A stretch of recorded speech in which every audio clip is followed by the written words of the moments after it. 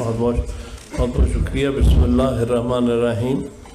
जनाब हफीज़ुल्लाह इसहाक़ साहब, सदर इस्लामाबाद बार एसोसिएशन, जनाब बिलाल मुग़ल साहब, जनाब नियाज़ुल्लाह नियाज़ी साहब और स्टेज पर अकाबरीन और मेरे इस्लामाबाद बार एसोसिएशन के वकला भाई और बहनों, ये बात मेरे लिए बहुत बड़े एजाज़ की बात है कि आज आपने मुझे यहाँ बुलाया और मुझे चंद बातें करने का मौका दिया, क्योंकि इससे बढ़कर कोई एजाज़ नहीं किसी के लिए कि बार एसोसिएशन उसे बुलाए और उसके वो ख्यालात का इजहार करने का मौका दे। और ये बार एसोसिएशन जो मुल्क के कैपिटल की बार एसोसिएशन है, उसका हमेशा ही एक कलीदी रोल रहा है और इंशाअल्लाह ताला आने वाले वक्तों में मज़ीद कलीदी रोल होगा कि यहाँ पर वकला की बुनियादी सोच, जिस तरह बिलाल मुग़ल साहब ने कहा, यहाँ से शुरू होती है और इंशाअल्लाह आगे सारे मुल्क में फैलती है। मैं इस बात को हमेशा ख़राज तहसीन पेश करता हूँ। आज फिर मौका मिला है कि जो हमारी तहरीक 2007 में शुरू हुई थी, उसको आगे ले जाने में बहुत बड़ा किरदार इस्लामाबाद बार एसोसिएशन का है और यहीं से बहुत सारे हमने इक़दामात शुरू किए थे और बहुत सारी बातों की बुनियाद भी यहीं से हुई थी। और उस वक्त 2009 में जब ये अपने इख्तिताम पर पहुंची थी, तो यहाँ पर सदर इस्लामाबाद बार हमारे नियाज़ुल्लाह नियाज़ी साहब होते थे और रावलपिंडी बार के सदर उस वक्त तौफीक आसिफ साहब होते थे। मुझे यहाँ फ्रीक्वेंटली लॉन्ग मार्च से पहले आना, उनको मिलना और यहाँ जो तैयारी हम कर रहे थे लॉन्ग मार्च धरने की, उसके लिए इनके साथ इंटरेक्ट करना अच्छी तरह याद है 2009 की इब्तदाई महीनों में। और जो जोश और जज्बा मैंने इस्लामाबाद में वकला का देखा था, पिंडी में भी वकला का जोश और जज्बा देखा था, असल में हमारी तहरीक की जो कामयाबी, जुज़वी कामयाबी हुई थी उस वक्त के चीफ जस्टिस और जजेस की बहाली की सूरत में, वो उसमें बहुत बड़ा हाथ जो है इस्लामाबाद और रावलपिंडी के वकला का है। बल्कि जब लाहौर में 2-3 बड़े इवेंट्स हुए थे, तो उस वक्त पहला इवेंट जो था, बड़ा इवेंट जो हुआ था, वो 28 मार्च 2007 को हुआ था और वो हम इस्लामाबाद से रावलपिंडी गए थे और रावलपिंडी से हाई कोर्ट बार तक वकला ने मार्च किया था। मतलब डिस्ट्रिक्ट कोर्ट्स रावलपिंडी से लेके high court bar association Islamabad तक, क्योंकि उस वक्त अभी high court bar association Islamabad मार्ज़े वजूद में नहीं आई थी, ना अभी इस्लामाबाद हाई कोर्ट बनी थी। तो लिहाजा जो कुछ भी इस्लामाबाद में एक्टिविटी थी, उसका मरकज़ इस्लामाबाद बार एसोसिएशन होता था। और हमारे लिए वकला के सिंबल उस वक्त ये नियाज़ुल्लाह नियाज़ी साहब होते थे, क्योंकि ये इस्लामाबाद की नुमाइंदगी करते थे। अभी हाई कोर्ट बार नहीं थी, या फिर पिंडी के हाई कोर्ट बार एसोसिएशन के सदर और पिंडी और बार एसोसिएशन के सदर वो होते थे। और इन्हीं पर अल्टीमेटली बहुत बड़ा बर्डन और बहुत बड़ा क्रेडिट भी इनका जाता है। बिल्कुल बिलाल साहब ने सही कहा कि यहीं से बहुत सारी चीज़ों का आगाज़ हुआ है, जिसके लिए हम आप सब पर फ़ख्र करते हैं। इसके साथ साथ मैं ये बात का भी इजहार करता रहूं चलूं, और मैं आई शुड नॉट फॉरगेट कि वो जाहिद राया साहब, जो आप हाई कोर्ट बार के सदर भी रहे हैं, उनका भी बहुत रोल था उस वक्त की हमारी तहरीक में। बल्कि हमेशा सिंबलाइज करते थे, उनका चेहरा हमेशा मुझे नज़र आता था। जब कभी भी कहीं भी हम जाते थे तो रस्ते तो साथ वो ज़रूर नज़र आते थे। और इस तरह के और भी बहुत सारे हमारे वकला भाई यहाँ पर है, पिंडी में है, शेख सुलेमान जैसे हैं, जैसे और हमारे बहुत से साथी जिसमें ख़ास तौर पर बहुत प्रोमिनेंट होते थे मुस्तफ़ा कंदवाल साहब, क्योंकि उनकी जो पगड़ी है वो हमारे लिए उस वक्त तहरीक का एक सिंबल होती थी कि वो आप ज़रूर देखेंगे, पिंडी जाएंगे तो वो नज़र आएंगे आपको। तो इसी तरह से वो हमारे जो साथी उस ज़माने में जिन्होंने बढ़ चढ़ के हिस्सा लिया है वो सारी, हारून का भी उसमें बड़ा हाथ है। बल्कि पहले कुछ दिन हम बहुत परेशान रहे जब वो गाड़ी से गिरे थे और सर पर चोट लगी थी और अस्पताल में दाखिल थे। तो बारहा देखने जाते थे तो उसने शुरू में सबसे पहली इंजरी उसको आई है इस मामले में। उसका भी, सबका वकला का बहुत कलीदी रोल है और उसने ये साबित किया कि मुल्क में अगर ज़िंदा एक तबका है तो वो वकला का तबका है। और वकला हमेशा रूल ऑफ लॉ के लिए, आइन की सरबलंदी के लिए हमेशा आगे आगे रहे हैं। मेरा वकालत के पेशे से तकरीबन आज 54 साल का ताल्लुक़ है और जो चीज़ मुझे सबसे पहले याद पड़ती है वो कि ये अयूब खान का ज़माना था 1968 का। तो 1968-69 में तहरीक अयूब खान के ख़िलाफ़ चली थी। वो तहरीक भी रूल ऑफ लॉ की तहरीक थी कि यहाँ से डिक्टेटरशिप का ख़ात्मा होना चाहिए और हकीकी आइन जो है बहाल होना चाहिए। और उसमें भी वकला का बहुत बड़ा हाथ था। और हम चूँकि अभी मैं हाई कोर्ट का वकील नहीं था, जनवरी-फरवरी 1969 में, तो हमें पता चलता था डिस्ट्रिक्ट बार में कि जी आज हाई कोर्ट से जुलूस निकलेगा। तो हम जो भी यंगस्टर्स होते थे हम हाई कोर्ट पहुँचते थे, बिल्कुल काला कोट पहन करके हम आज अयूब खान के ख़िलाफ़ जुलूस निकालेंगे। और उस सूरत में मुझे अच्छी तरह याद है कि हम पर काफ़ी लाठीचार्ज वगैरह भी हुए हैं और हमारी कोशिश जो थी असेंबली हॉल तक पहुंचने की, उसको रोका जाता था। लेकिन सिर्फ वकला थे जो हर इस मुश्किल के सामने खड़े रहे और जिसके नतीजे में हमारी तारीख़ का एक बहुत बड़ा गासिब, लोग यहाँ पर गालिबन बहुत सारा गलत तासुर भी है। अयूब खान के ज़माने में बड़ी डेवलपमेंट हुई और ये हुआ वो हुआ। उस शख्स ने इस पाकिस्तान को पटरी से उतारा। रूल ऑफ लॉ को ख़त्म करने वाला शुरुआत है, उसका नाम जनरल अयूब खान। में फील्ड मार्शल नहीं गया था, पता नहीं कौन सा फील्ड उसने मार्शल किया था। किसी ने कहा था कि कहते हैं कि डेफिनेशन फील्ड मार्शल की ये होती, that a general who wins a decisive victory in a battle. तो पूछा गया कि इसने कौन सी डिसाइसिव विक्ट्री हासिल की थी, किस बैटल में? तो किसी ने कहा इसने सिविलियन रूल और आइन की हुक्मरानी के ख़िलाफ़ डिसाइसिव विक्ट्री हासिल की है और इस मुल्क से आइन को उखाड़ फेंका है और इस मुल्क से आइन की हुक्मरानी और कानून की हुक्मरानी का ख़ात्मा किया है। ये इसकी विक्ट्री है जिसके लिए ये फील्ड मार्शल बन गया है। क्योंकि इसके जो असरात आए हैं, मैं इसलिए क्योंकि आज हम रूल ऑफ लॉ पे बात करते हैं, सुप्रीमेसी ऑफ कॉन्स्टिट्यूशन बात करते हैं। पाकिस्तान की कॉन्स्टिट्यूशन के दो ख़ास मराहल हैं जो बाज़ औक़ात, क्योंकि हमारे यहाँ जो ऑफिशियल वर्जन पढ़ाई जाती है हिस्ट्री की, वो बिल्कुल गलत और गलत कॉन्सेप्ट से मबनी है।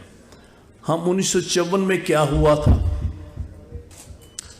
उस वक्त जिस वक्त असेंबली डिज़ोल्व की 24 अक्टूबर 1954 को, उससे 4 दिन पहले कॉन्स्टिट्यूंट असेंबली का इजलास हुआ था। उसमें एक आइन को पर फाइनल एग्रीमेंट हो गया था मशरक़ी और मगरबी पाकिस्तान के दरमियान कि ये इस शख्स में आइन होगा पाकिस्तान का। ये भी 7 साल की मुसलसल जद्दोजहद के बाद हुआ था और उसमें ये बात तय हो गई थी कि हम पार्लिमानी निज़ाम लेके आएंगे पाकिस्तान में। दूसरी बात ये तय हुई थी कि हम 2 हाउसेस ऑफ पार्लियामेंट बनाएंगे यहाँ पर, upper house and the lower house, यानी national assembly and senate at that time. उसका ये फैसला हुआ था जिसको मोहम्मद अली फार्मूला खाया, क्योंकि ये 6-7 साल एक स्ट्रगल हमारी दस्तूर असम्बली में चलती रही थी कि आइन क्या होना चाहिए। मशरक़ी पाकिस्तान जो इलाके में छोटा था, आबादी में ज़्यादा था, तकरीबन 55% आबादी उनकी थी, और मगरबी पाकिस्तान की 54% आबादी थी। तो ये कशमकश ये थी कि आया किस हवाले से आप नुमाइंदगी का तनासुब पेश करते हैं। उनका ये डिमांड थी मशरक़ी पाकिस्तान वालों की, कि बहुत बहुत शुक्रिया, मशरक़ी पाकिस्तान वालों की डिमांड ये थी कि आप हमें हमारी आबादी के तनासुब से हमें नुमाइंदगी दें असम्बली में। और मगरबी पाकिस्तान में रेजिस्टेंस थी जो शुरू से हमारी इस्टेब्लिशमेंट सामने आई थी कि हम आबादी के लिहाज से नहीं देनी, क्योंकि हम तो बराबरी के लिहाज से देने को तैयार हैं ज़्यादा से ज़्यादा। इस पर बहरहाल एक सिलसिला चलता रहा, बड़े अरसा ये एक डिस्प्यूट चलता रहा कि हम डेमोक्रेसी में बिलीव करते हैं, वन मन वोट में बिलीव करते हैं, इसलिए आप कैसे कहते हैं कि 55% को 50% के बराबर कर दो। तो अल्टीमेटली जिस बात पे तय हुआ था 1954 में, उसको हम कहते हैं मोहम्मद अली फार्मूला। मोहम्मद अली बोगरा उस वक्त वज़ीर आज़म थे। उन्होंने कहा था कि चलिए आप दोनों शराइत हम कबूल हो सकती हैं, यानी जो नेशनल असम्बली होगी उसमें नुमाइंदगी जो है वो आबादी के मुताबिक होगी, और जो सेनेट होगा उसमें नुमाइंदगी बराबर की सूबों की होगी।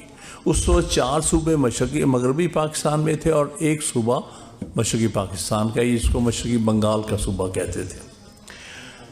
इस पर फिर मगरबी पाकिस्तान के नुमाइंदगान ने भी कॉन्स्टिट्यूंट असम्बली में एग्री कर लिया था, और मशरक़ी पाकिस्तान, ये बहुत बड़ा ब्रेक थ्रू था जिसको फॉर्मली अडॉप्ट 20 अक्टूबर 1954 में किया गया। और उसमें क्या होना था प्रैक्टिकली, अब काउंट में आपको बताना चाहता हूँ, क्योंकि ये तारीख़ का वो मराहल है जिसके बारे में हम सबको और हमारी आने वाली नस्लों को इत्तला होनी चाहिए, पता होना चाहिए कि हमारी तारीख़ में हमारे साथ क्या कुछ हुआ है। उसका नतीजा ये होना था, 55% आबादी मशरक़ी बंगाल की थी। जो नेशनल असम्बली में 300 मेंबर्स पर मुश्तमिल नेशनल असम्बली बननी थी, उसमें 165 की जो नुमाइंदगी हो 165 मेंबरान जो थे वो मशरक़ी बंगाल से आने थे, और 135 अरकान जो है वो मगरबी पाकिस्तान के चारों सूबों से आने थे आबादी के एन मुताबिक। लेकिन सेनेट में या अपर हाउस में 10-10 मेंबर हर सूबे से आने थे। इसका मतलब ये कि मशरक़ी पाकिस्तान से सिर्फ 10 मेंबर आने थे, और मगरबी पाकिस्तान के 4 सूबों से, बलूचिस्तान से भी 10 मेंबर होने थे, और मगरबी मशरक़ी बंगाल से भी 10 मेंबर होने, 50 की उन्होंने बनाई थी। और ये कहा था कि जब जॉइंट हाउसेस का होगा इज्तिमा, तो उसमें दोनों ही हाउसेस से मिलकर जो 175 मेंबर होंगे, बराबर के मेंबर्स हो जाएंगे दोनों हाउसेस के इज्तिमा से, 175 मशरक़ी पाकिस्तान से, 175 मगरबी पाकिस्तान। ये एक कॉम्प्रोमाइज़ फार्मूला था जो तय हुआ था, जैसे अमेरिकन कॉन्स्टिट्यूशन में तय हुआ था, और वो आपके सामने सबसे पुरानी कॉन्स्टिट्यूशन है, 1700 चल रही। उसमें ये था झगड़ा छोटी और बड़ी स्टेट्स के दरमियान, जो 13 ओरिजिनल स्टेट्स थे। जब आइन बन रहा था तो उन्होंने कहा था कि जो नीचे का हाउस है या जो लोअर हाउस है, जिसको वो कहते हैं हाउस ऑफ रिप्रेजेंटेटिव्स, इसमें आबादी के मुताबिक जो है वो नुमाइंदगी होगी। जो अपर हाउस है उसमें सेनेट में रिगार्डलेस ऑफ पॉपुलेशन, हर आज तक वही फार्मूला चल रहा है, हर स्टेट के 2 मेंबरान होंगे, चाहे वो न्यूयॉर्क जैसी बड़ी स्टेट है, चाहे वो रोड आइलैंड जैसी बिल्कुल छोटी सी स्टेट है। आज भी ये चल रहा, और इस फार्मूले की बुनियाद पर उनके यहाँ एक बैलेंस पैदा हुआ है अपर एंड लोअर हाउस में, जिसकी वजह से वो कॉन्स्टिट्यूशन जो है हर एक को कबूल हो गया, छोटी स्टेट्स को भी, बड़ी स्टेट्स को भी। यही मोहम्मद अली फार्मूला, इससे पाकिस्तान में स्टेबिलिटी आ रही थी। जब दोनों ने कबूल कर लिया 20 अक्टूबर 1954। फिर क्या हुआ? आपको तारीख में बताया जाता है कि गुलाम मोहम्मद एक पागल आदमी था, he was psychic, this that, ये सब बकवास। ये हमें गलत तारीख पढ़ाई जाती है। असल में हमारी यहाँ फौजी इस्टेब्लिशमेंट ने कहा कि भाई ये जो फार्मूला है उसके मुताबिक नेशनल असेंबली से, क्योंकि आप जानते हैं हमेशा नेशनल असेंबली से प्राइम मिनिस्टर इलेक्ट होता है। 165 तो हो गए बंगाली, उसमें 135 हम रह गए। इसका मतलब है कि मुसलसल बंगाली ही वज़ीर आज़म बनेगा ना। पॉसिबिलिटी यही हो गई ना कि जहाँ जिस सूबे से मेजॉरिटी होगी वहीं से वज़ीर आज़म मुंतखब होकर आएगा। तो ये हमें कबूल नहीं है, हम मनमानी नहीं कर सकते हैं। फिर हम रिसोर्सेज जो हैं उनको डिस्ट्रीब्यूट करना पड़ेगा उसके कौमी आबादी के मुताबिक। ये वो कदम था जिसकी वजह से 24 अक्टूबर को 4 दिन के बाद इतना बड़ा कदम उठाया गया और उस असेंबली को डिसॉल्व कर दिया गया, ताकि ये, क्योंकि दिसंबर के पहले वीक में उन्होंने ये फॉर्मली अडॉप्ट करना था कॉन्स्टिट्यूशन। तो 7 साल की मेहनत एक दिन में ज़ाया कर दी गई। ये एक पाकिस्तान की तारीख का कॉन्स्टिट्यूशन को के रास्ते में रुकावट, उसको पहली कॉन्स्टिट्यूशन असेंबली, उसमें भी फिर आखिरकार उसको चैलेंज किसने किया? क्योंकि कैपिटल कराची में था। तो उस वक्त की कॉन्स्टिट्यूंट असेंबली के जो स्पीकर थे, या प्रेसिडेंट कहते थे स्पीकर के, वो मौलवी तमीज़ुद्दीन खान साहब थे। उन्होंने सिंध चीफ कोर्ट में चैलेंज की इस स्टेप को, डिसोल्यूशन को। और Sindh chief court independent court थी। देखिए ना, कॉन्स्टिट्यूशन का इंडिपेंडेंस ऑफ जुडिशरी से कितना बड़ा ताल्लुक है। वो इंडिपेंडेंट कोर्ट थी, उसने bye unanimous verdict governor general का जो ऑर्डर था डिसोल्यूशन का, वो सेट असाइड कर दिया। अब मामला चला गया, उस वक्त फेडरल कोर्ट कहलाती थी 1935 के एक्ट के तहत। उसमें अपील फेडरल गवर्नमेंट ने वहाँ अपील कर दी। मौलवी तमीज़ुद्दीन खान जजमेंट के बारे में हम कहते हैं आज तक हम शर्मिंदा हैं, जुडिशरी को शर्मिंदा रहना चाहिए। अब वहाँ क्या हुआ था? वहाँ 2 चीज़ें हुई जिसके बारे में आपको अच्छी तरह इल्म होना चाहिए। हम सारे वकला भाइयों को सबको पता होना चाहिए कि पाकिस्तान के साथ क्या खिलवाड़ किया इन लोगों ने। जब 1954 में हमारा पहला चीफ जस्टिस, फेडरल कोर्ट का चीफ जस्टिस, उसका नाम मियाँ अब्दुल रशीद था, एक बहुत अच्छा जज था, बहुत अच्छा ऑनरेबल जज था, वो रिटायर हुए। अब सवाल ये पैदा हुआ है कि अगला चीफ जस्टिस कौन होना चाहिए, क्योंकि उसको सीनियर मोस्ट चीफ जस्टिस जो जज था, जो हम समझते हैं कि इंसाफ पर यही मबनी है कि सीनियर मोस्ट जज जो हो फेडरल कोर्ट का या सुप्रीम कोर्ट का, वो चीफ जस्टिस हो। ये हमारा आज भी मुतालबा रहा है, शुक्र है माना गया, बाकी मुतालबा अभी तक अपनी जगह है। तो उन्होंने एक पूरी यहाँ पर एक साजिश हुई। उन्होंने कहा भाई इसको नहीं बनने देना। अबू साले मोहम्मद अकरम जो सबसे सीनियर जज है फेडरल कोर्ट का, इसको नहीं बनने देना। ये बंगाली को आप बना देंगे, हमारे सर के ऊपर बिठा देंगे जुडिशरी के ऊपर। ये हमारी इस्टेब्लिशमेंट को काबिल कबूल नहीं था। एक शरारत की गई जिसमें लामहाला गुलाम मोहम्मद साहब शामिल थे। एक नोट पुटअप किया गया कि बहुत सारे कॉमनवेल्थ कंट्रीज़ में, क्योंकि हमारा उस वक्त तक डोमिनियन स्टेटस था, 1956 तक जब तक कॉन्स्टिट्यूशन ही पास हुआ था, पाकिस्तान का डोमिनियन स्टेटस था। इंडिया ने चूँकि 1950 में पास कर लिया था, तो उनका डोमिनियन स्टेटस ख़त्म हो गया, रिपब्लिक हो गई। तो उन्होंने कहा कि बहुत सारे डोमिनियन स्टेटस रखने वाले अफ्रीकी या एशियाई ममालिक, यानी जो कि कॉमनवेल्थ कंट्रीज़ थे, उन्होंने चीफ जस्टिस के लिए ब्रिटिश लॉर्ड्स की रिक्वेस्ट की थी और ब्रिटिश लॉर्ड्स ने वहाँ पर एज चीफ जस्टिस काम किया हुआ। हम क्यों ना क्वीन से मांगे कि आप हमें भी एक लॉ लॉर्ड दे दें जो कि आपको जो कि हमारे चीफ जस्टिस के तौर पे सर्व करे। अब इस बात की जब इत्तला पहुंची अबू साले मोहम्मद अकरम साहब को, ASM अकरम आपका नाम पढ़ते होंगे तारीखी फैसलों में, वो बड़ा परेशान हुआ कि ये क्या कर रहे हैं, लॉ लॉर्ड को लेके आ रहे हैं हमारे सर पे बिठाने के लिए। तो वो गुलाम मोहम्मद साहब के पास उनकी सादगी देखो, उनकी हुब्बुल-वतनी देखो, जिनको हम कंडेम किया हमने, जिनको ज़बरदस्ती निकाल के अलहदा कर दिए 71 में, वो गए उनके पास, उन्होंने कहा देखो भाई, आपने पंजाब में तो सिर्फ 100 साल अंग्रेज़ की हुक्मरानी का सामना किया है, हम बंगालियों ने 200 साल किया है। 1757 से हम पर ये सवार हुए हैं। आपने तो जाके 1849 में पहली पंजाब में हुकूमत इनकी बनी थी अंग्रेज़ों की। तो भाई हमने 200 साल की ग़ुलामी देखी है, आपको नहीं पता कि ये ग़ुलामी कितना मुश्किल काम है। लिहाजा खुदारा हम पर अंग्रेज़ चीफ जस्टिस मत मुसल्लत करो, ये हमें कबूल नहीं है। अगर मेरे साथ कोई मसला है आपको, अगर आप नहीं चाहते कि मैं बनूं चीफ जस्टिस, तो मैं कुर्बानी देने को तैयार हूँ, लेकिन आप पाकिस्तानी को लगाए चीफ जस्टिस, अंग्रेज़ को ना लेके आए। ये तारीखी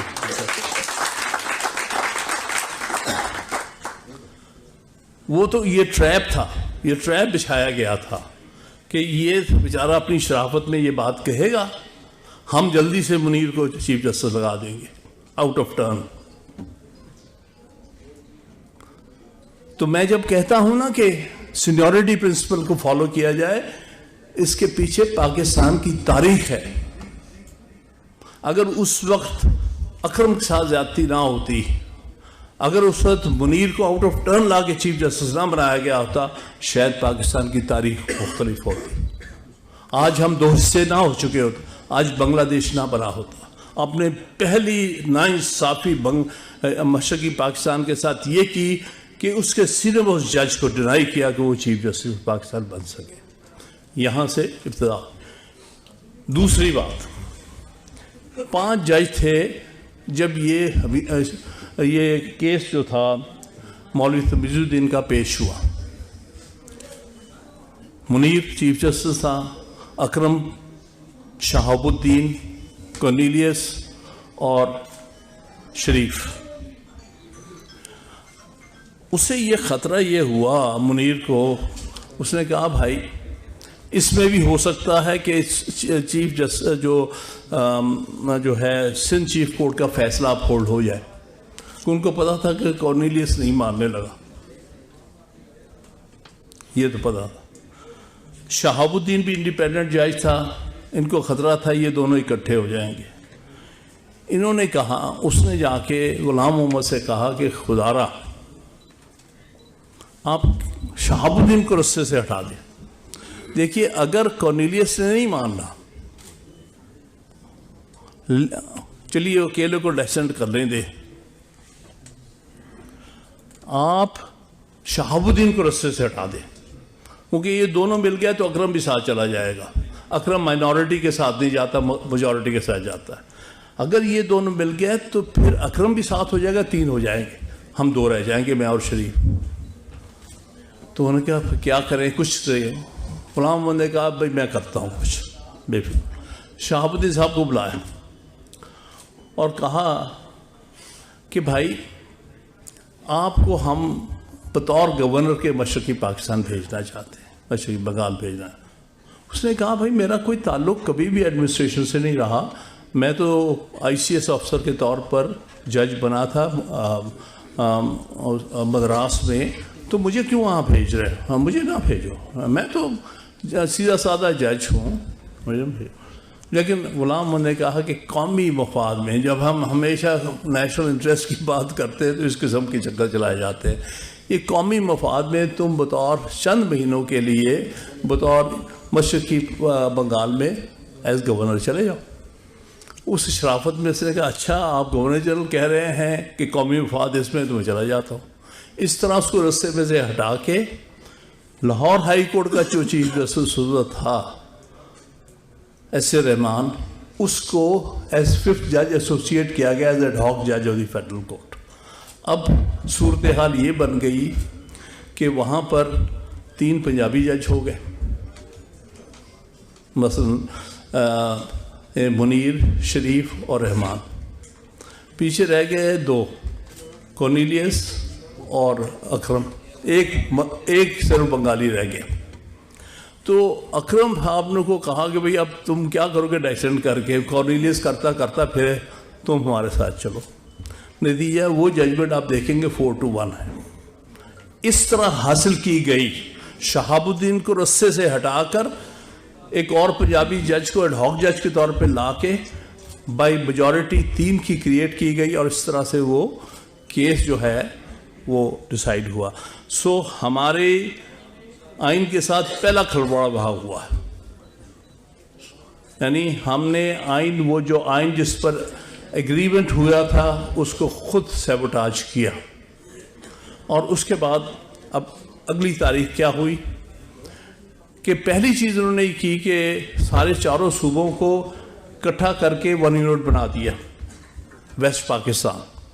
उसके पीछे ये थी कि अब हम कहेंगे अब 2 सूबे रह गए, अब बराबर बराबर चलो। ये 1 यूनिट बनाया गया और 4 सूबों को मर्ज किया गया।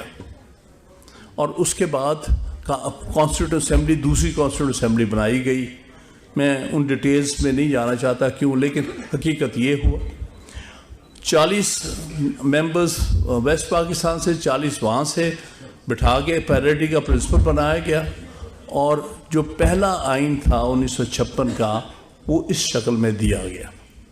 बाहर सूरत जैसा भी था 1956 का आइन, ये एक मुश्तरका आइन था, मगरबी और मशरकी पाकिस्तान का एग्रीड डॉक्यूमेंट था कि हाँ पैरिटी, उसमें जो चीज़ थी वो पैरिटी का प्रिंसिपल था कि 300 के एक हाउस, 2 हाउसेस नहीं, 300 का, और 150 मेंबर होंगे मशरकी पाकिस्तान से, 150 मेंबर होंगे मगरबी पाकिस्तान से। इस पर सोहरवर्दी ने भी दस्तखत कर दिए, उस पर जितने उनकी अवामी लीग और सब लोगों ने दस्तखत कर दिए। बल्कि ये अब सोहरवर्दी की याददाश्तों में कहा हुआ है कि भाई मुझे मशरकी पाकिस्तान जब मैं पहली दफ़ा गया इस डॉक्यूमेंट पर साइन करके, जो आइन था पाकिस्तान का पहला, तो मुझे लोगों ने बड़ा सख्त लताड़ा। और मुझसे सवाल ये हुआ कि भाई आप 55% को 50% कर आए हो, तुम्हारा हक तलफी करके आए हो, कैसे लीडर हो? वो 45% 50% बन गए, हम 55% से कम हो गए, 50% रह गए। तो सोहरवर्दी बताता है कि मैंने कहा कि देखो मैं पाकिस्तान को आखिरी चांस देना चाहता हूँ। दैट इज हिज स्टेटमेंट कि हाँ मैंने एग्री किया है, मैंने कॉम्प्रोमाइज़ किया है पाकिस्तान की खातिर। मैं चाहता हूँ पाकिस्तान इकट्ठा रहे और मैं इसके लिए मैंने आपके हुकूक के साथ कॉम्प्रोमाइज़ किया है। लेकिन हमें तो 50% भी कोई नहीं दे रहा। 50% तो आप हमें 50% की बात करते हो, पैरिटी तो उतना तो करो। वसाइल जितने हैं उस वक्त सबसे ज़्यादा फॉरेन एक्सचेंज जूट और जूट प्रोडक्ट से आता था। अगर आप तारीख उस वक्त के देखें तो कॉटन प्रोडक्ट से तकरीबन 30 से 35% रेवेन्यू था, फॉरेन एक्सचेंज रेवेन्यू। और 65 से 70% तक जो रेवेन्यू आता था वो जूट एंड जूट प्रोडक्ट से आता था। कोरियन वार चल रही थी, जूट की डिमांड बहुत ज़्यादा थी, सब कुछ। तो वो कहते थे कि हम आपका तकरीबन 2/3 फॉरेन एक्सचेंज अर्न करते रहते हैं, आप हमें बराबर तो दो ना रिसोर्सेज। आप वो सारे सोर्सेज अपने पे खर्च करते हो। तो ये सोहरावर्दी की हुब्बुल वतनी थी कि उसने कॉम्प्रोमाइज़ किया था मुल्क को इकट्ठा रखने के लिए। सो इसलिए अगर 56 का आइन चल जाता तो कभी हम 2 लख्त ना होते, ये यकीनी। अब उसके बाद अगला क्या हमारे साथ कॉन्स्पिरेसी हुई है आइन को सैबोटाज करने के लिए, रूल ऑफ लॉ को ख़त्म करने के लिए। वो ये था कि इलेक्शंस बार इलेक्शन 6 माह के अंदर हो जाने चाहिए थे, मार्च 1956 के आइन के पास होने के बाद। ये रिक्वायरमेंट थी। उस पर डेट ये सिकंदर मिर्ज़ा साहब आगे करते रहे और इवन उसमें बड़ी हद तक मुनीर साहब ने कोऑपरेट भी किया। 2-3 जजमेंट्स भी आपको 57 की मिलेंगी जिसमें उन्होंने कहा कि हाँ डेट ऑफ इलेक्शन जो है एक्सटेंड की जा सकती है। तो ये करते करते 2.5 साल तक इलेक्शन नहीं कराए। आखिरकार मजबूर हो गए जब डेट देनी पड़ गई, यानी फरवरी 1959 में इलेक्शंस पर फाइनल एग्रीमेंट हो गया कि 1959 के फरवरी में जनरल इलेक्शंस होंगे। जब वो जनरल इलेक्शंस शुरू होते हैं तो इन्होंने देखा कि मशरक़ी पाकिस्तान में ओवरवेलमिंग सपोर्ट जो है वो सोहरावर्दी की है और उसकी अवामी लीग की है। उन्हें एक्सेप्टेबल नहीं था कि सोहरावर्दी फिर प्राइम मिनिस्टर बन के आ जाए, एक दफ़ा उसको निकाला गया था। और दूसरा उन्होंने देखा कि मगरबी पाकिस्तान में भी मुस्लिम लीग के एक फैक्शन की जिसको अब्दुल कयूम खान हेड करता था, उसकी बड़ी ओवरवेलमिंग सपोर्ट जा रही है। बल्कि एक जुलूस जो निकला था 1958 में, उसका कहते हैं कि एक सिरा गुजरांवाले में था और दूसरा लाहौर में था। 40 मील लंबा सियासी जुलूस था। इससे हमारी मिलिट्री एस्टैब्लिशमेंट घबरा गई और सोहरावर्दी के स्टेटमेंट, मैं तो बहुत छोटी उम्र का लेकिन मुझे वो अखबार में स्टेटमेंट पढ़ना याद है। सोहरावर्दी ने कहा था कि हम इस सिकंदर मिर्ज़ा को जो कि हर वक्त बैठ के शासन कर रहा है, इसको फारिग करेंगे। मैं वज़ीर आज़म बनूँगा अगर मेरी पार्टी जीत गई, और मैं मगरबी पाकिस्तान से सदर लेके आऊँगा ताकि एक ऑफिस मगरबी पाकिस्तान और एक मशरक़ी पाकिस्तान, प्राइम मिनिस्टर हम होंगे, सदर आप होंगे, लेकिन इसको नहीं सदर बनने दूंगा। मैं सदर बनाऊंगा किसी अच्छे पॉलिटिशियन को। उसने इवन फ़िरोज़ खान नून का नाम भी दिया था कि अगर मेरी पार्टी का इल्हाक हो गया फ़िरोज़ खान नून की पार्टी के साथ तो मैं फ़िरोज़ खान नून को सदर बनाऊंगा। ये रिकॉर्ड की बातें हैं उस वक्त की। ये तकलीफ़ थी अयूब खान को, और ये तकलीफ़ हुई सिकंदर मिर्ज़ा को, जो 7 और 8 अक्टूबर की रात के अंधेरे में इन्होंने शब खून मारा है आइन के ऊपर। बगैर कोई पीसफुली चल रहा था। एक इंसिडेंट को उन्होंने बहुत बढ़ा चढ़ा के पेश किया कि मशरक़ी पाकिस्तान की जो असेंबली थी वहाँ कोई आपस में मेंबर्स का झगड़ा हो गया था, हो जाते हैं झगड़े। वो किसी एक मेंबर ने कहीं वो पेपर वेट उठा के मारा जो डिप्टी स्पीकर के सर में लगा। वो बेचारा कमज़ोर सा बंगाली हो गया, फौत हो गया बेचारा। उन्होंने कहा जी यहाँ तो कोई लॉ एंड ऑर्डर ही नहीं रह गया। भाई हो जाते, झगड़े हो जाते हैं, मौती वाक़या हो जाती, इसको भी बहाना अपनाया गया कि लो ये हालात बड़े ख़राब हो गए।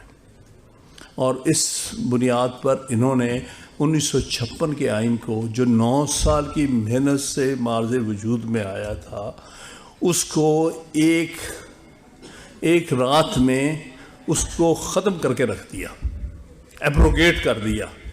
और एब्रोगेट करने वाला कौन था? वो एक आर्मी चीफ और दूसरा अनइलेक्टेड प्रेसिडेंट। सिकंदर मिर्ज़ा कभी इलेक्ट नहीं हुआ था। वो गवर्नर जनरल था 1956 में, उसको टेम्परेरी सदर बना दिया गया था। इन दो हजरात ने इतना बड़ा आइन पर शब खून मार के ख़त्म कर दिया आइन, और कहा अब हम अपनी मर्ज़ी की जमहूरियत लेके आएंगे। ये सिकंदर मिर्ज़ा ने कहा कि there should be guided democracy. ये लोगों को पाकिस्तान के जीनस में नहीं है जमहूरियत, उसके ये बयानात थे। It is against the genius of the people of Pakistan to have democracy, we will make guided democracy. जैसे ये डेमोक्रेसी का कोई बहुत बड़ा एक्सपर्ट था, तो उसने 11 साल की जो हुकूमत की है, जिसमें एक बहुत बड़ा हादसा 1964 में आया।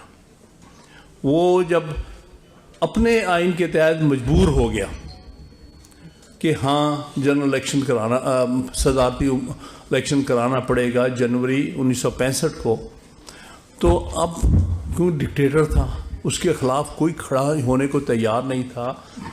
ये मशरक़ी पाकिस्तान के लीडर थे जो मोहतरमा फातिमा जिन्ना के घर गए थे कराची।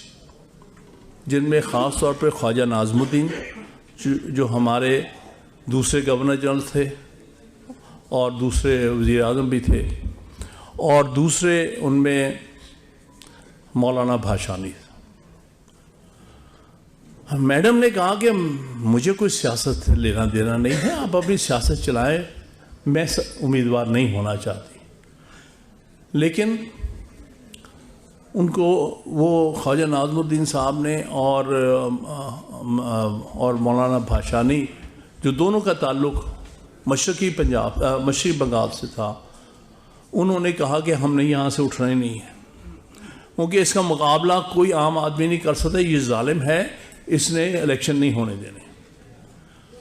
तो उसके बाद वो मैडम मजबूर हो गई। हमारे कायद की, हमारे फाउंडर की बहन, जो भी फाउंडर्स में से एक है, कायद आज़म की, उन्हीं ने हमेशा लुक आफ्टर किया आखिरी दिनों में। तो वो मजबूर होके उन्होंने सदारती उम्मीदवार बनी थी, और उस इलेक्शन में भी, जो कि जनरल इलेक्शन नहीं, जनरल इलेक्शन होता तो अयूब खान का पंजाबी का फीता उड़ जाना सी। इवन मैं 64 याद मुझे है, अयूब खान के तो कुछ बर्दाश्त नहीं करता फातिमा जना के सामने।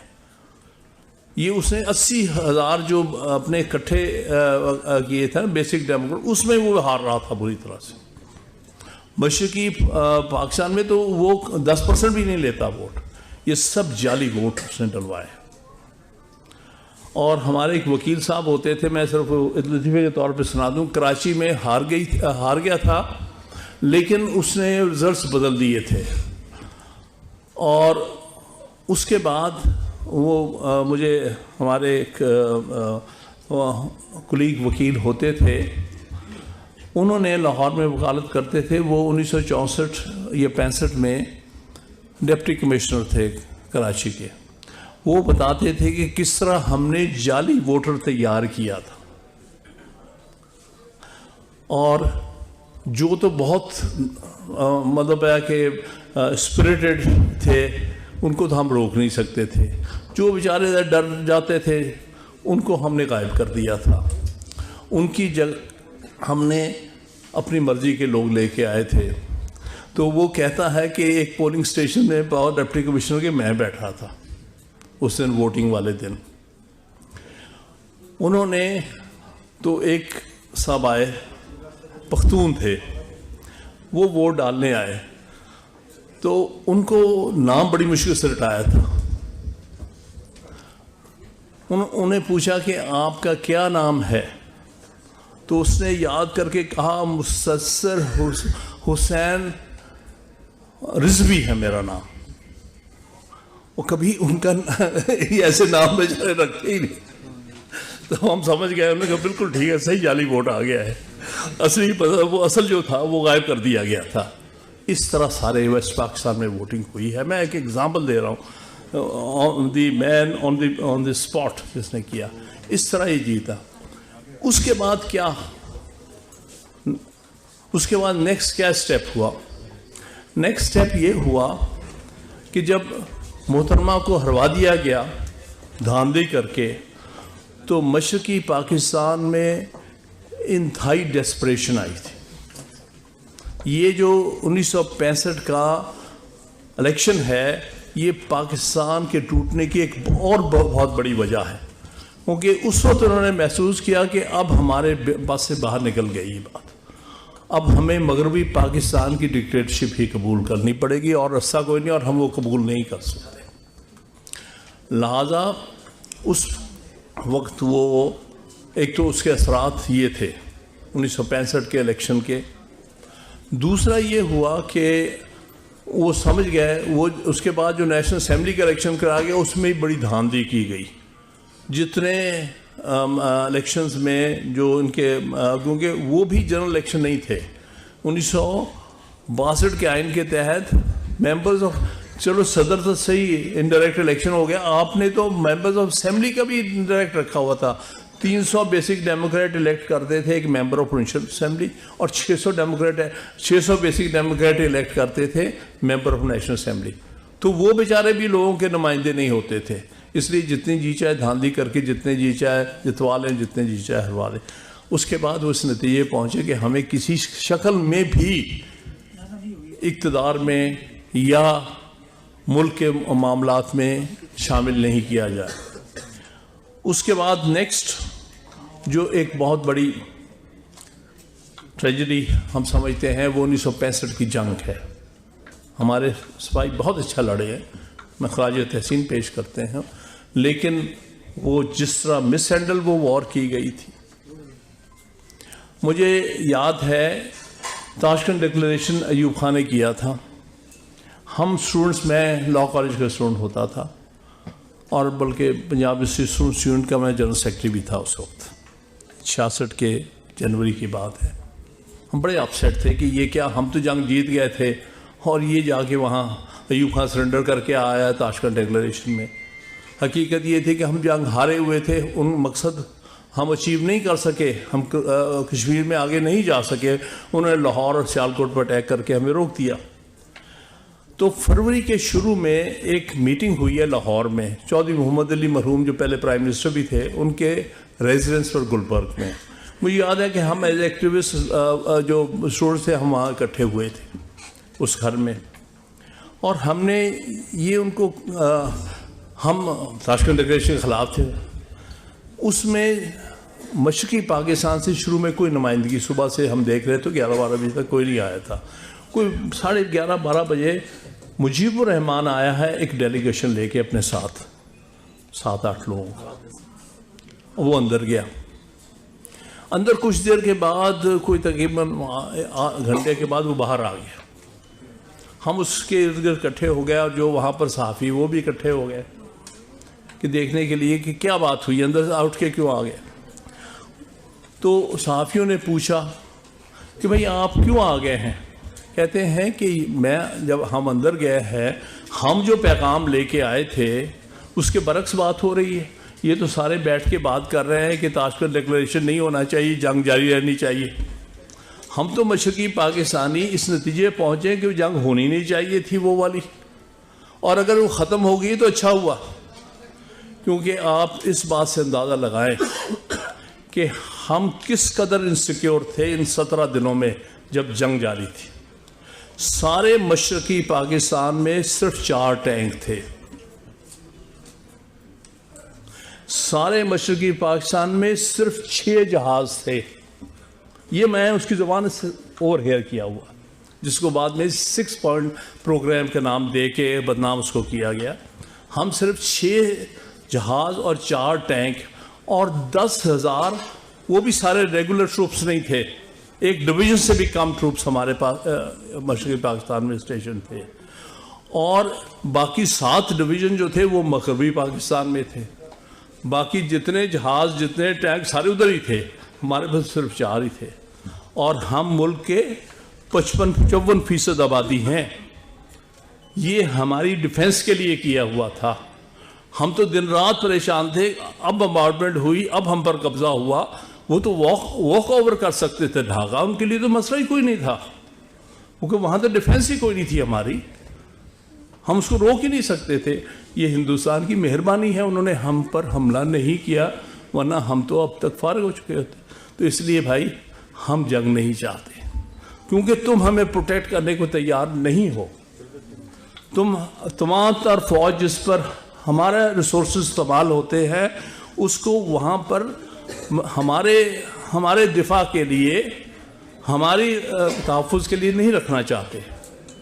लिहाजा भाई हम ये आपके सामने प्रोग्राम में लेके आया हूँ कि आइंदा से हम खुद अपना मिलिशिया बनाएंगे ताकि हमें डिफेंड कर सकें। तुमने तो डिफेंड नहीं करना हमें, तुमने तो छोड़ दिया है उनके रहमो करम पर हमें। दूसरा, हमारा जो फ़ॉरेन एक्सचेंज जिसको आप अपने वसाइल में इस्तेमाल करते हैं, हम ये चाहते हैं उसको जो हम अर्न करें वो लें, जो आप अर्न करें वो रखें, या इसमें कुछ एडजस्टमेंट कर लें।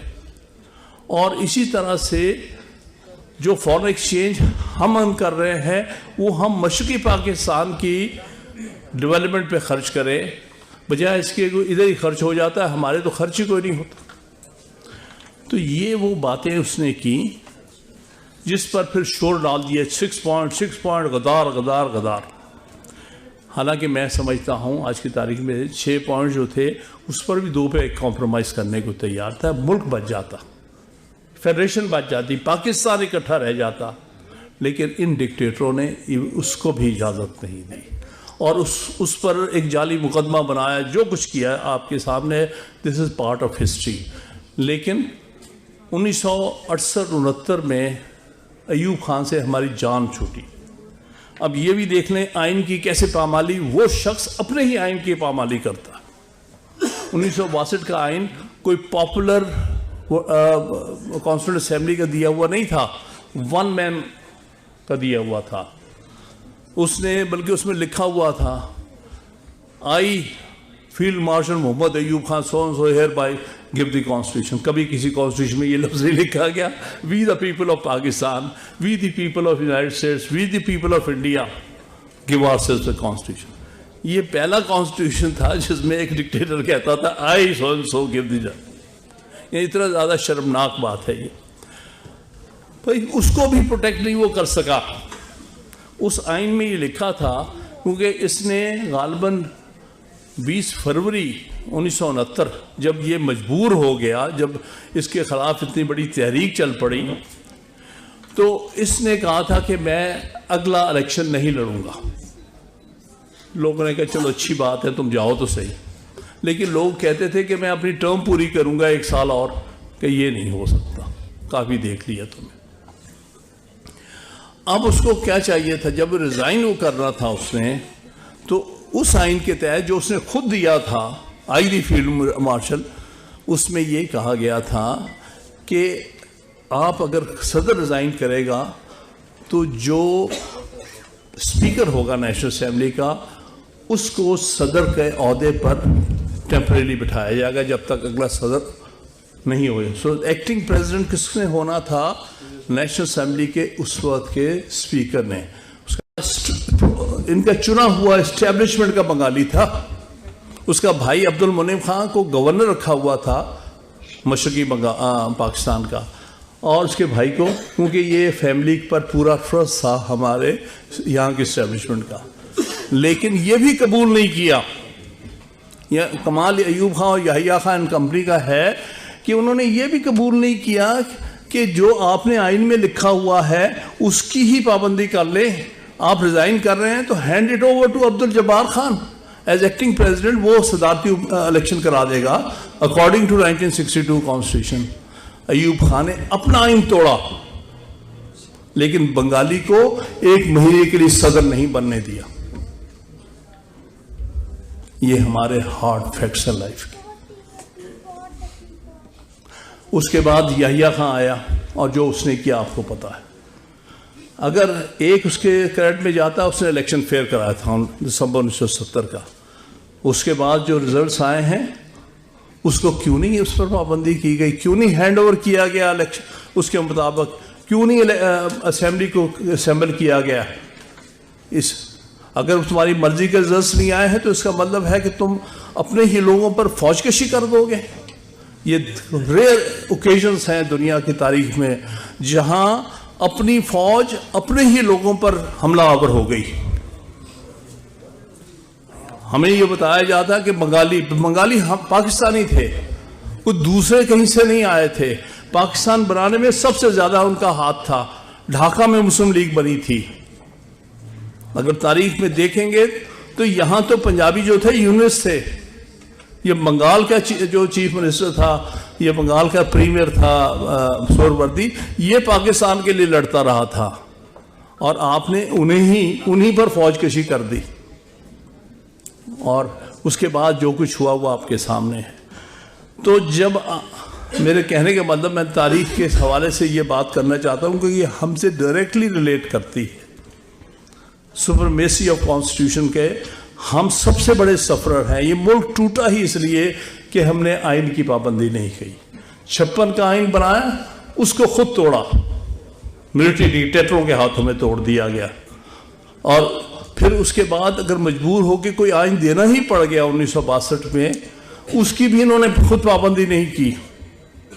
उसकी भी धज्जियां उड़ा दी इन्होंने पकड़ के। नतीजा क्या हुआ? जो ट्रेजेडी 1971 में हुई। लोग ये बात हमें कुछ और बताया जाता है, हमारी आने वाली जनरेशन को कोई झूठ पढ़ाया जाता है कि मगरबी पाकिस्तान में तो हिंदुओं की डोमिनेशन थी, मशरक़ी पाकिस्तान में तो हिंदू हमारे खिलाफ ये कर रहे थे और वो कर रहे थे। ये सब तारीख का सबसे बड़ा झूठ है। मुझे मौका मिला है 1966 में मशरक़ी पाकिस्तान मुख्तलिफ यूनिवर्सिटीज़ को विज़िट करने का। जिस कदर मोहब्बत वो करते थे हम लोगों के साथ, पाकिस्तान के साथ, यहाँ नहीं लोगों में शायद उतनी मोहब्बत हो जितनी उनको मोहब्बत थी, क्योंकि बनाने वाले वो थे। सिर्फ वो एक बात कहते थे कि हमारी बंगाली ज़बान को कबूल कर लो। हमने उस पर भी फौज कशी की। 1952 में 20 बंदे ढाके में मारे गए लैंग्वेज राइट्स में, जो आज उनकी तारीख के बहुत बड़े हीरो हैं।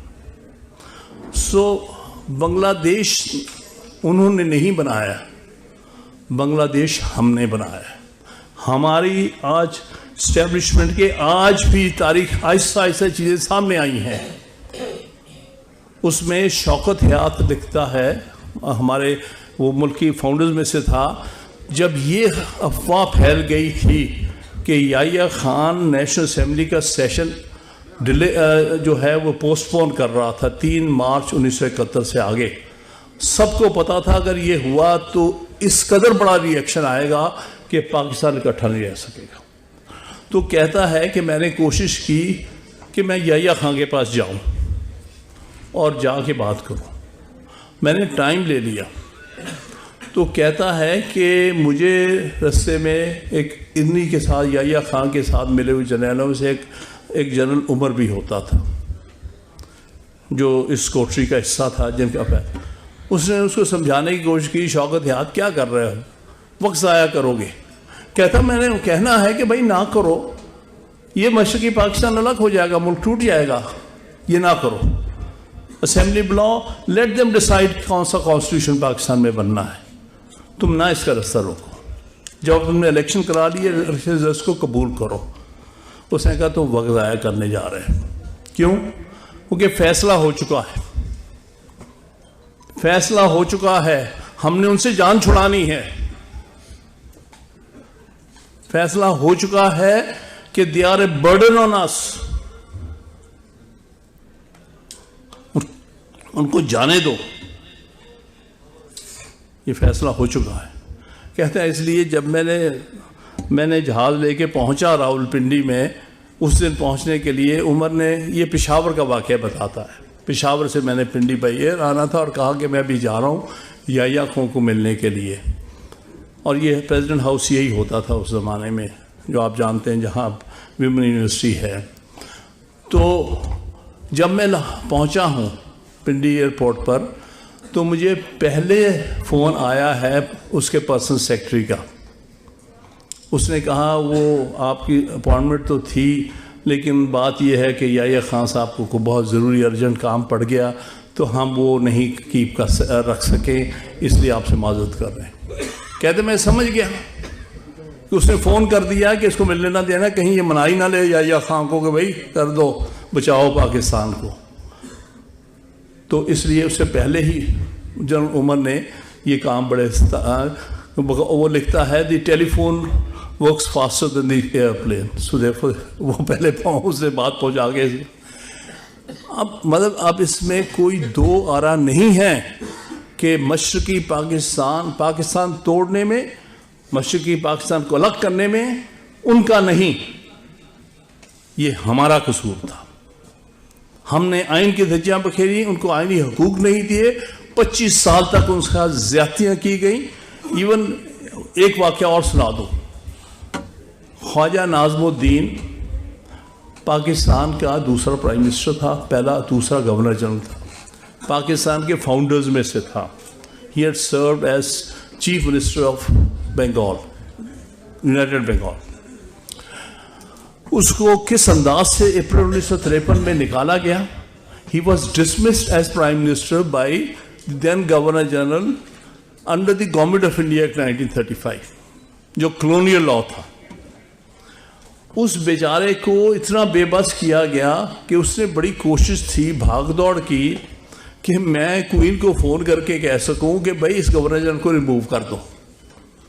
कोई गवर्नर जनरल अपॉइंट होता था कैबिनेट की रिकमेंडेशन पर, हेडेड बाय प्राइम मिनिस्टर। उन्होंने उस वक्त सारे टेलीग्राफ ऑफिसेज ही बंद कराची के कर दिए। वो बेचारा वज़ीर आज़म बेबस हो गए, वो एक टेलीग्राम नहीं कर सका। ये थी इनकी। और ये गुलाम मोहम्मद का कमाल नहीं था, वो तो बिस्तर पे पड़ा हुआ बेबस सा आदमी था। ये इसके पीछे अयूब खान, इस किस्म के लोग थे जिन्होंने इंश्योर किया कि इस मुल्क में जमहूरियत ना आ सके, इस मुल्क में बंगालियों को उनका ड्यू ना मिल सके। और आज तक वही कुछ चल रहा है इस मुल्क के अंदर बदकिस्मती से। मैं ये समझता हूँ मशरक़ी पाकिस्तान को अलहदा करने का जो कॉन्शियस डिसीजन किया गया था उसके पीछे ये था कि ये, I use it English language में, they thought that the Bengalis are going to be our a democratic nuisance all along and we will not be able to create our hegemony. So let's get rid of this democratic nuisance. पीछे तो पंजाबी रह जाएंगे, उसका जो चाहे कर लेंगे। ये माइंड काम किया था उस वक्त, और यह माइंड आज भी नहीं गया। आज भी वो बाजवा जाते जाते क्या बकवास करके गया है, it was not a military failure, it was a political failure. ठीक है, partly political failure, but who was running the government? It was the military that was running government. Who took the decision? तुम्हारे पास 34,000 troop हैं, तो तुम्हें नजर नहीं आ रहा कि 34,000 ट्रूप जो हैं ऐसी जगह पर अपने ही लोगों पर हमला आवर के लिए करने के लिए क्या मुनासिब हैं? आपने फिर भी फैसला कर लिया कि हम करेंगे। अपने लोगों को 34,000 ट्रूप से, हमारे ख्याल में 50-60 हज़ार थे, लेकिन बहरहाल उसकी बात ही मान लेते हैं बाजवे की, भाई 34,000 थे ट्रूप। तो भाई 34,000 ट्रूप से आपने फैसला किया था कि आपने मिलिट्री एक्शन करना है। आपको पता था कि आप मिलिट्री एक्शन करेंगे तो वहाँ पर कोई ना कोई मुक्तिबानी बन जाएगी और उस मौके का हिंदुस्तान फ़ायदा उठाएगा। इतने तो अंधे कोई नहीं थे, हर एक बात को पता था। हम जो थे young people we knew it के इसके बाद ये कुछ होगा। तो आपने जानते बूझते हुए वो फैसला लिया जिसमें आपको पता था कि मुल्क टूटेगा, क्योंकि आप मुल्क तोड़ने के दरपे थे। अरे तोड़ना तो वैसे ही तोड़ देते। उनके हजारों बंगालियों को क्यों मारा, क्यों इससे जुल्म किए लोगों पर, क्यों ऐसी नफरत के बीज बो दिए हैं जो आज तक नहीं जा रहे। आप वैसे ही कहते थे कि चलिए आप अलग हो गए, हम अलग हो गए, तुम खुश रहो, हम खुश रहते। अगर यही करना था, इतना खून क्यों बहाया, क्यों परमानेंट नफरतें आपस में पैदा कर दी? अगर हम कन्फेडरेशन ही हो जाते तो कम से कम आज वो इस वक्त सबसे ज़्यादा जो कॉटन प्रोडक्ट्स हैं वो हमसे लेके बेच रहे होते, हमारी इकॉनमी को फ़ायदा हो रहा होता। वो इधर उधर से लेके आपने एक परमानेंट दीवार आपस में खड़ी करके, जो भाइयों के दरमियान आपने मुस्तकिल दीवार खड़ी कर दी, और वो दीवार आज तक अपनी जगह कायम है। मुझे याद है एक दफ़ा सुप्रीम कोर्ट बार बांग्लादेश को एड्रेस करने का मौका मिला। मैं 2005-6 की बात है। तो मैंने इतनी बात की थी कि मैं समझता हूँ आप अलग नहीं हुए, हमने आपको अलग किया। तो उन्होंने कहा था कि भाई पहली दफ़ा किसी ने हमारे मुंह पर सच बोला है। And they were so nice to me. उन्होंने कहा जी कोई सच तो बोले, कोई बात तो मान ले कि भाई हमने ज्यादती की है, भाई हम सब चीज़ माफ़ कर देंगे, आप बात तो करें। आज हमारा कोई वज़ीर आज़म जाके उनसे माफ़ी तो मांग ले, तो आप देखेंगे कि वो पाकिस्तान से फिर से प्यार करेंगे।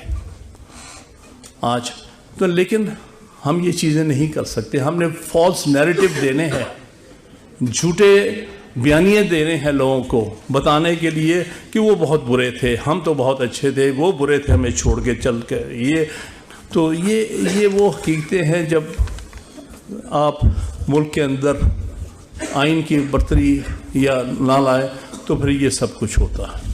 हमारे 2 आइन जो बने थे उनको भी इन्होंने ही पामाल किया, और आज जो हम अपनी मुश्किलात देख रहे हैं आपके सामने, कितनी बड़ी वाज़ेह सूरत हाल है कि मगर जो हम समझते थे कि मशरक़ी पाकिस्तान हम पर बर्डन है, आज वो हमसे तरक्की में आगे हैं। उनकी जीडीपी भी हमसे ज़्यादा है, पर कैपिटा इनकम भी हमसे कहीं ज़्यादा है। वो तरक्की कर रहे हैं, हालांकि आप देखें तो वसाइल के बहुत कम हैं। मुल्क जिन मुश्किलात में, नेशनल मुश्किलात में है, वो हम सोच भी नहीं सकते। वहाँ पर फ्लड्स आते हैं, 2/3 एरिया जो है अंडर वाटर चला जाता है। इन चीज़ों के बावजूद उनका टोटल रकबा जो है, जहाँ पर 17 करोड़ लोग रहते हैं, वो रकबा सिंध के रकबे के बराबर है। लेकिन चूंकि उन्होंने सही फैसले किए हैं, डेमोक्रेटिक फैसले किए हैं, आइन की हुक्मरानी कायम कर ली। जब तक यहाँ से पड़े हुए जाते थे ना फौजी जर्नैल, तब तक उनको मुश्किल पेश आई, चाहे वो ज़ियाउर रहमान था या बाद में इरशाद था। जब से यहाँ से पड़े हुए लोग फारिग हो गए और वहाँ जमहूरियत आ गई और फौजी हुक्मरानी रुक गई, तब से वो तरक्की कर रहे हैं और तरक्की आपके सामने, आपसे आगे चले गए हैं। हमारा आंसर भी यही है कि आइन की हुक्मरानी को एक्सेप्ट करो। फ़ौजियों को अपनी बैरकों में रहना चाहिए, मुल्क के सिर्फ तहफ़्फ़ुज़ और मुल्क के दिफा के लिए काम करना चाहिए। तुम्हारा पॉलिटिकल इंजीनियरिंग से कोई ताल्लुक़ नहीं होना चाहिए। You will make mess of things. आइन के तहत चलो, आइन में जो तुम्हें ओथ दी गई है उसको ऑब्जर्व करो और आइन की जो है सुपरमेसी को एक्सेप्ट कर लो और उसके तहत सर्व करो। अपना रोल वहाँ तक महदूद कर लो, तो फिर इस मुल्क में इंशाअल्लाह ताला तब्दीली आएगी। जिस तरह बांग्लादेश ने जब से फौजी हुक्मरानी का ख़ात्मा किया है 1991 में इरशाद के ज़रिए, उससे आप देखिए पिछले 30 साल में वो कहाँ से कहाँ पहुँच गए। हमें भी ये फ़ैसला और मुश्किल फ़ैसला करना पड़ेगा। आइन चाहिए या डिक्टेटरशिप चाहिए? आइन के तहत मुल्क तरक्की करते हैं, डिक्टेटरशिप के तहत मुल्क जो है वो अपने पीछे चले जाते हैं, सफ़र करते हैं। जो हमारे वाले हालात के 4-5 मुल्क रह गए हैं और वो तरक्की नहीं कर पा रहे। बर्मा एक और एग्ज़ाम्पल है जहाँ मुसलसल ये काम हो रहा है, मिलिट्री टेक ओवर्स, ये वो। नतीजा है वो इस सारे इलाके में, साउथ ईस्ट एशिया में सबसे बैकवर्ड कंट्री रह गया है। इसी तरह से इजिप्ट का ये हालांकि Egypt one of the most suitably placed country in the world. आप देखें वहाँ सुएज है, मेडिटेरेनियन है, उसके साथ लगता, और बेहतरीन क्रॉस रोड्स ऑफ इकोनॉमी पे है, लेकिन वो अपनी पोटेंशियल हासिल नहीं कर पा रहा कि बार बार जमहूरी फोर्सेस को रोक के वो डिक्टेटरशिप कायम कर देता है और वहाँ पर आइन की हुक्मरानी या कानून की हुक्मरानी नहीं होती। तो ये आंसर है, जितनी जल्दी हम ये अचीव कर लेंगे। और ये करना किन्होंने है? ये वकला के ज़रिए होगा, क्योंकि हम ही आइन के सिपाही हैं। जज हजरात तो हर दफ़ा गिर जाते हैं, झुक जाते हैं। सबसे पहले ये जो है उनकी दस्तरस में आ जाते हैं।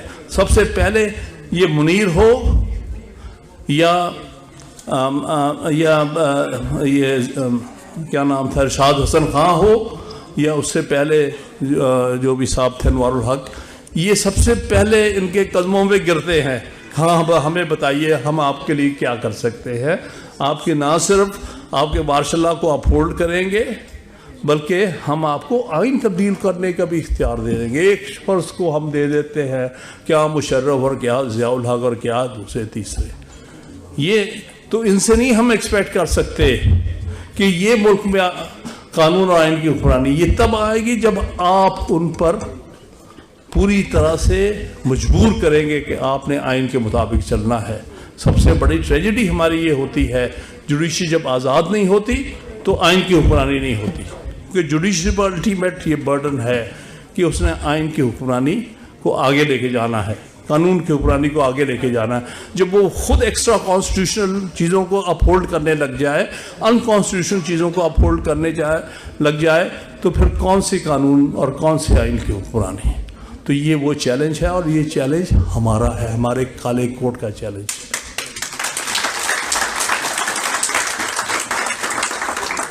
और इंशाअल्लाह ताला आप लोग, मैं अपने नौजवान साथियों को देखता हूँ, मुझे आप पर बहुत उम्मीदें होती हैं। आप इस मामले को, हम तो अपना वक्त गुजार चुके हैं, हम तो ज़्यादा आपको एक छोटा सा मैसेज दे सकते हैं कि पाकिस्तान की तारीख़ का क्या अलमिया है, कैसे आइन तोड़ने से, कैसे कानून की हुक्मरानी हटाने से, कैसे अदलिया की आज़ादी छीनने से, कैसे एक हमारे यूनिट जो है हमारे मुल्क पर जब काबिज़ हो जाता है तो किस तरह मुश्किलात आती हैं। आज जो मुश्किलात सियासी हैं या फॉर दैट मैटर माशी और माशरती हैं, इसके पीछे आइन की हुक्मरानी ना होना, कानून की हुक्मरानी ना होना और आइन की और अदलिया की आज़ादी ना होना है। और इसके लिए हम और आप सबको जब तक हो सके कोशिश करनी चाहिए। आप सबका बहुत बहुत शुक्रिया।